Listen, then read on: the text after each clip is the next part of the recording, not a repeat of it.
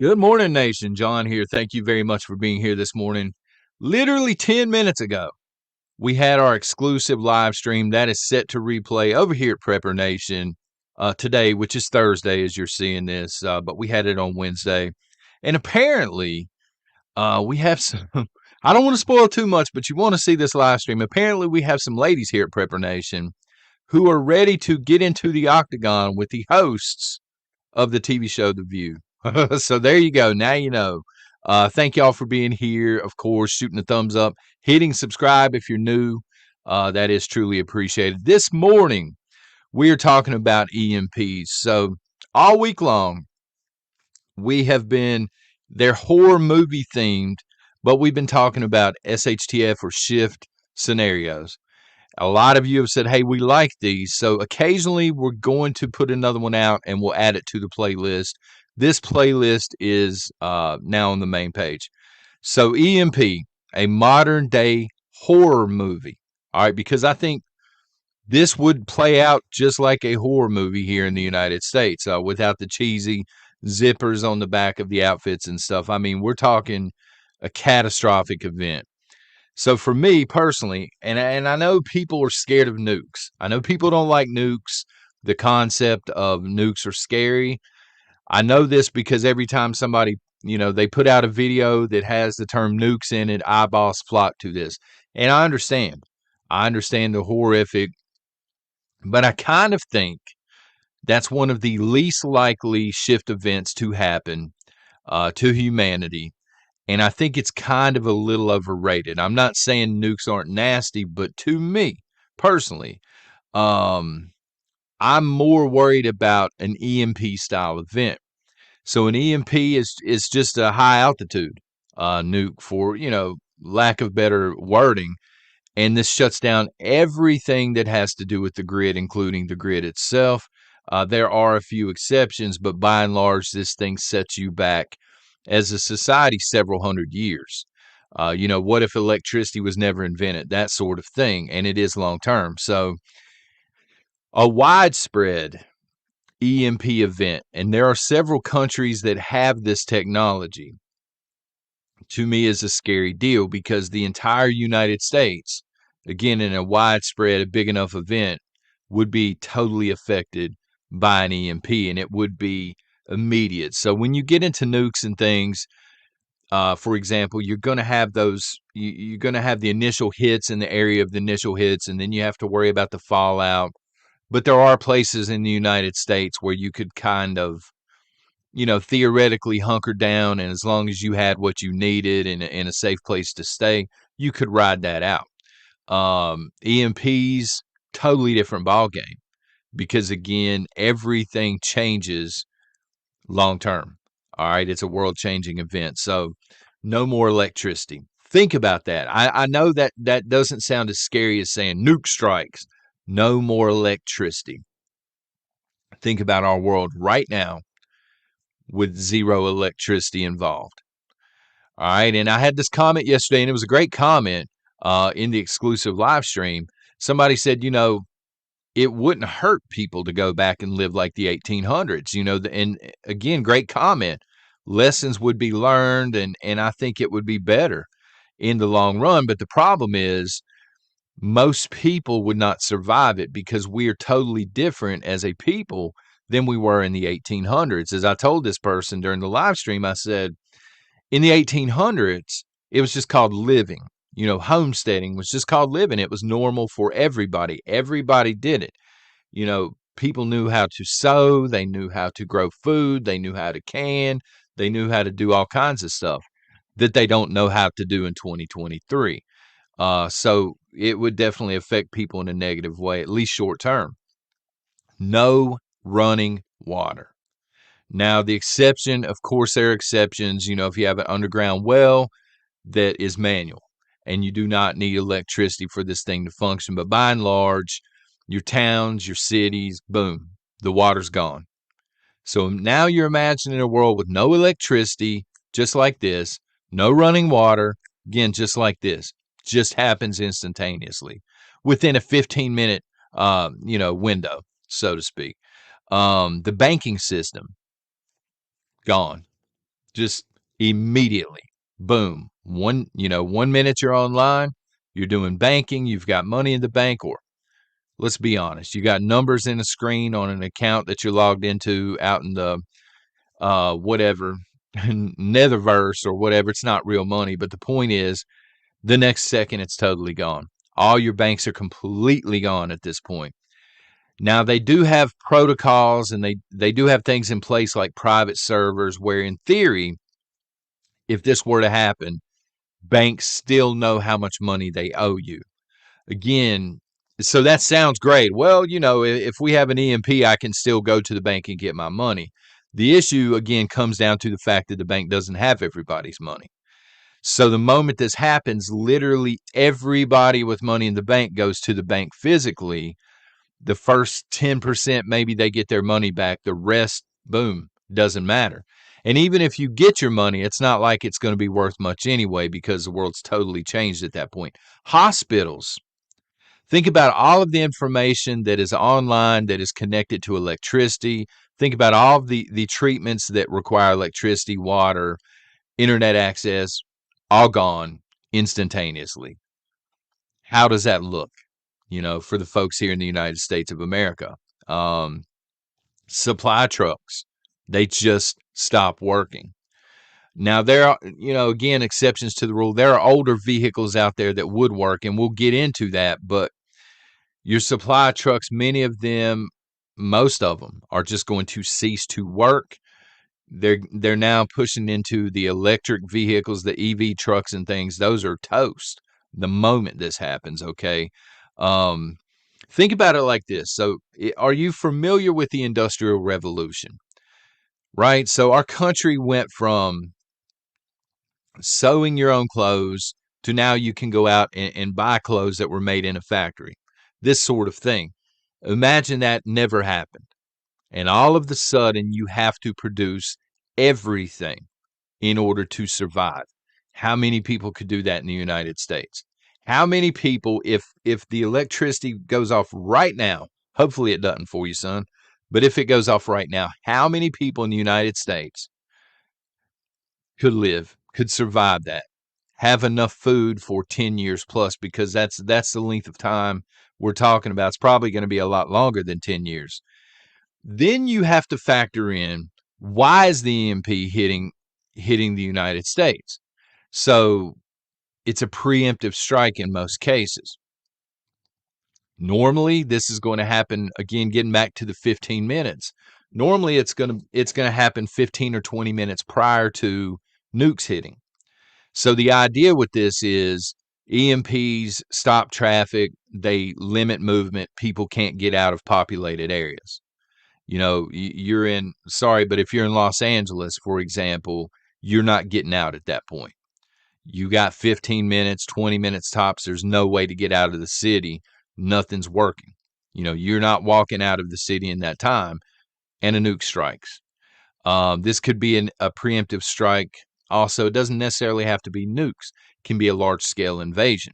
If somebody wants to take our real estate from us in this country, without going through politicians and buying it up wholesale like they've been doing.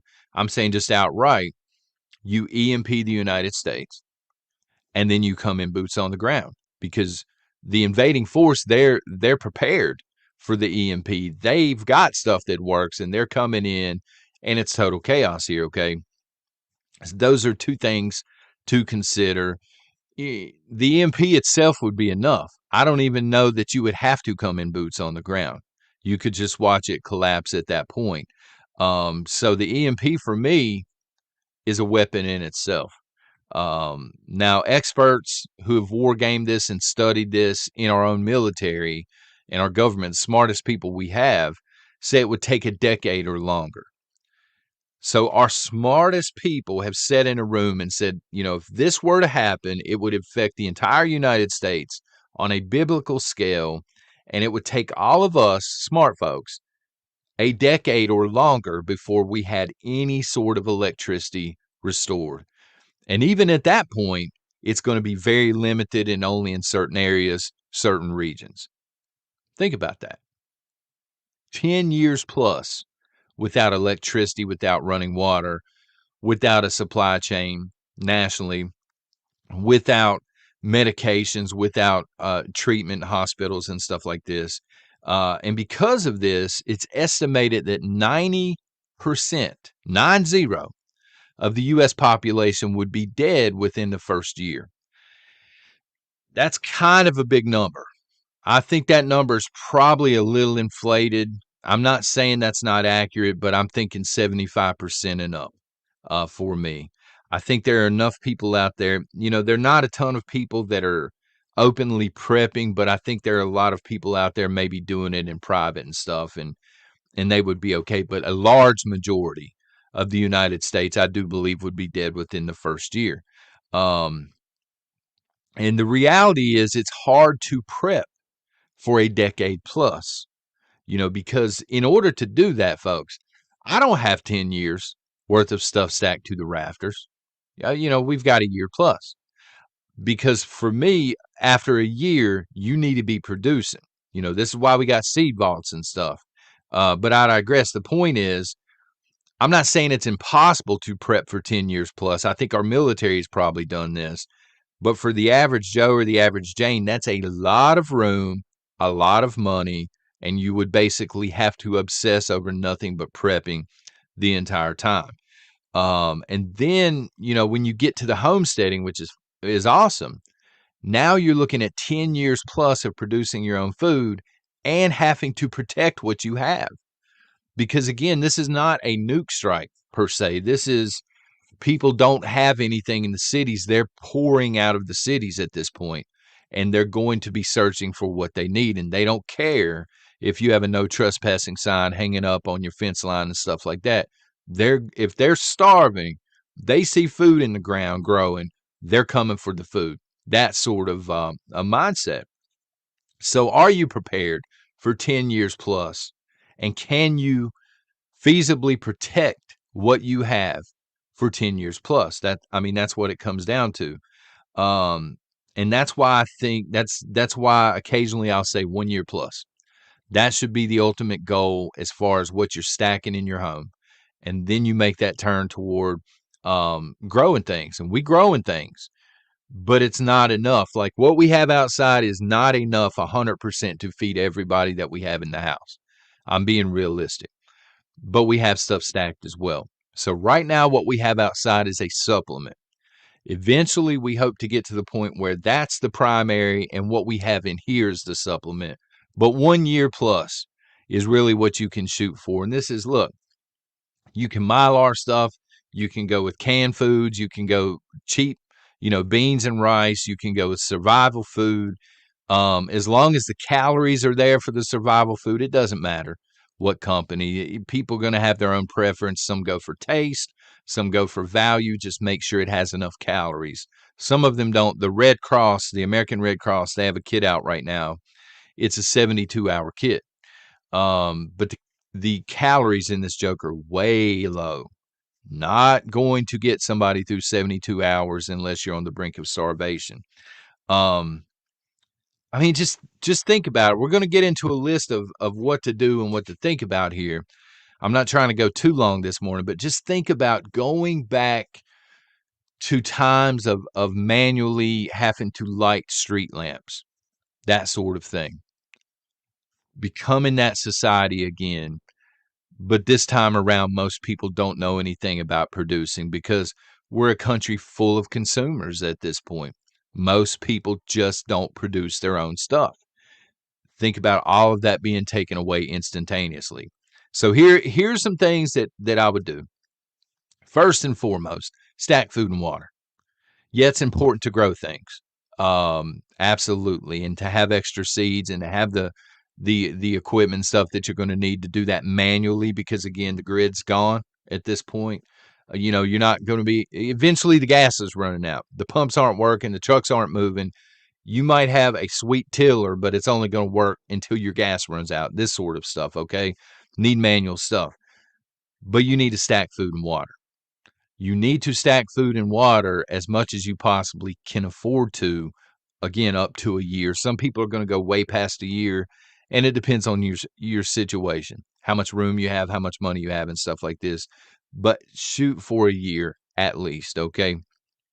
First aid and medicines, whether they are over-the-counter medicines, whether they are natural supplements that kind of mirror the benefits of prescription medicines, whether they're prescription medicines and you just are able to get your hands on more legally, very important, right? First aid, somebody in the home. Thank you, Miss Nation. She's that person. Somebody in the home should know first aid. All right, because 10 years plus without going to a doctor or going to a hospital, that is a long time. That is a long time for stuff to pop up, stuff to happen. You can never be fully prepared because you don't know what's going to happen, but you want to be as prepared as possible on that front, okay? Faraday cages and bags. I've heard from people at Prepper Nation, they're like, we've got huge Faraday cages. We build them out of old refrigerators. You can research it, you can do it. People use old microwaves, but people also just buy the bags and stuff. And they're quality made. They'll buy Faraday cages that are pre-built online, out of ammo cans and stuff. I would suggest having one option.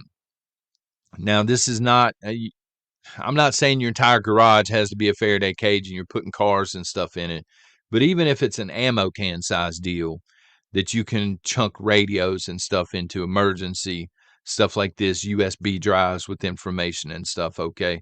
Um, get to know your back roads. So you're not using Google Maps. If an EMP hits, sorry, folks, you're not using Google Maps. You're going to have to use paper maps, and you're going to have to know how to read them. You're going to have to know how to use a compass.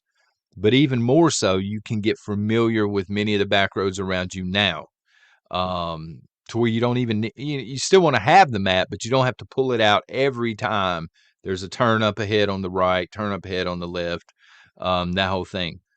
Home defense and self-defense. You have to be able to protect what you have in pretty much any shift event, but especially during an EMP event. Because again, you may live in rural New York, okay, beautiful country, by the way. But when people begin to pour out of cities by the thousands or tens of thousands, that's trouble. That's trouble headed your way, okay? Be able to protect what you have, be able to lock the home down.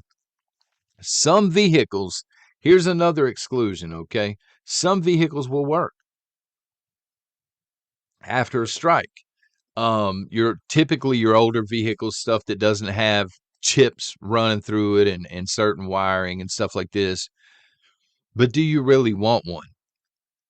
In a post EMP world, um, some people are going to say yes, and some people are going to say no. Really, no right or wrong answer. I don't, to be honest with you. I would prefer a bike or using feet at this point, because think about it like this. You're 6 months into an EMP. That's 6 months people have not heard a vehicle. They've not heard anything like that running. And then they see you or they hear you coming from a mile away, literally driving down the road. You're an immediate target at this point. People are, if they're still around, they haven't starved out, they're going to want what you have. And they're going to be willing to do anything they can to take that vehicle from you at that point. So just be aware of that. Focus on non-electric appliances. I'll give you a few examples. Manual tools, which we talk about here sometimes. Your power drills and stuff ain't working after an EMP. Now, you can go with a solar setup. You can Faraday it and all this stuff. But the average Joe or the average Jane, you're going to pick this stuff up and it's fried. It's just not going to work. Focus on manual tools. They're not very expensive for the most part. Simple things like coffee grinders. I'm sitting here drinking coffee to make life a little simpler. Crank radios. When you're looking for a survival radio and you have a Faraday bag or a cage or something, and it's down in there, this thing will pull out after an EMP. You can crank it and it will work. And you don't have to rely on batteries or anything like that. Even getting down to it, I haven't seen them in a while. I have not seen one in a long time, but I know they're out there. The manual washing machines, these huge basins. I don't know what the technical name is for them. I saw them when I was a kid a lot, though, where they wash down here and then you pull this stuff out and it has I guess a ringer on top that wrings the water back out. This is the kind of stuff that can get you through when the grid totally fails and make life a lot easier. Yeah, you can use 5-gallon buckets to wash and rinse, but something like that is a time saver. So if you can get your hands on something like that, and if you have the room for it, basic lighting sources does not have to be fancy. Forget about the LED stuff. That stuff is fancy. I love it. I got a couple here, son. But I'm talking about candles, oil, lamps, lanterns, stuff like this. Gonna last you a lot longer than stuff that you're constantly having to solar charge or whatever the case may be. Even the crank radios, some of them, I have a couple that have flashlights on them, but that chews through the battery. So if I'm cranking it, I'm not going to get but a few minutes off the flashlight before it's time to crank again. This sort of thing. Just easier to use a lantern in this case, or candles. Seeds and livestock. We were talking yesterday during the exclusive stream about the Amish, and this is one of the things that the Amish have going for them. They understand this concept, right? They grow enough to where if they have a bad harvest, they can still get through it. They've got plenty of seeds, and they have plenty of livestock, and they know how to survive this kind of stuff.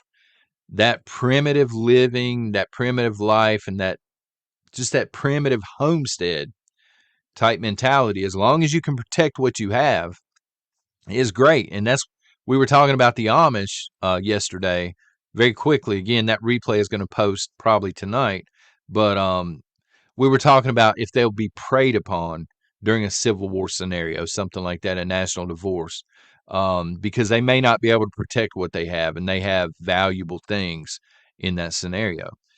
And something else to remember before we close it down this morning, any EMP, whether it's here in the United States, whether it's in Canada, whether it's in Ukraine, wherever, Taiwan, it's instantly going to trigger a world conflict. Because all of your heavy-hitting countries, all of your, not your third world countries, but your up-to-date countries, they have this technology. If the United States gets hit with an EMP, again, people here instantly are going to suffer, but the military here is going to strike back, either with an EMP or at that point nukes. This is going to trigger global warfare at that point. Our military is prepared for this, I promise you. They have what they need. Our civilian population is not. By and large, they are not. And as the military is pulling for a war effort, this is even going to further deplete what we have here in the United States. Because again, exports and imports are going to stop. The supply chain is completely gone in an EMP. Store shelves are not getting restocked. But if the military needs something, they're going to go into warehouses and they're going to take what they need for the war effort. So this would be truly would be a world altering event. And this is why I think it's a little more dangerous than nukes. I really do. I think nukes are more regionalized, depends on how many are flying, but an EMP is more widespread. So just something to think about. I'm not saying it's the most likely scenario. I think the most likely scenario, total shift event, is going to be the economic collapse that we were talking about yesterday. But I think EMPs or massive cyber attacks are much more likely than nukes. But anyway, let me know what y'all think in the comments. Thank you very much for being here this morning. Tomorrow, we are talking about an actual physical invasion here in the United States, how that would play out, and how you can prepare. God bless.